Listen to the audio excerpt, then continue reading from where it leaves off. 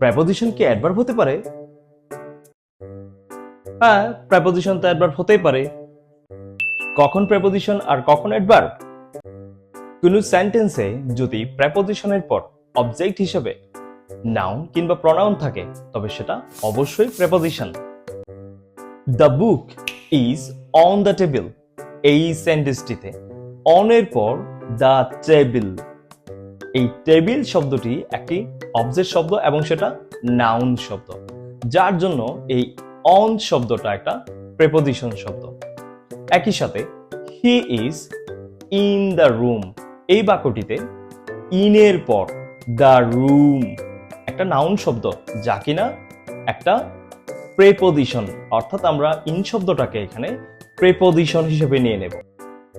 আর যদি কোনো সেন্টেন্সে প্রেপোজিশনের পর কোনো অবজেক্ট না পাওয়া যায় তবে অবশ্যই সে প্রেপোজিশন শব্দটি অ্যাডভার্ব।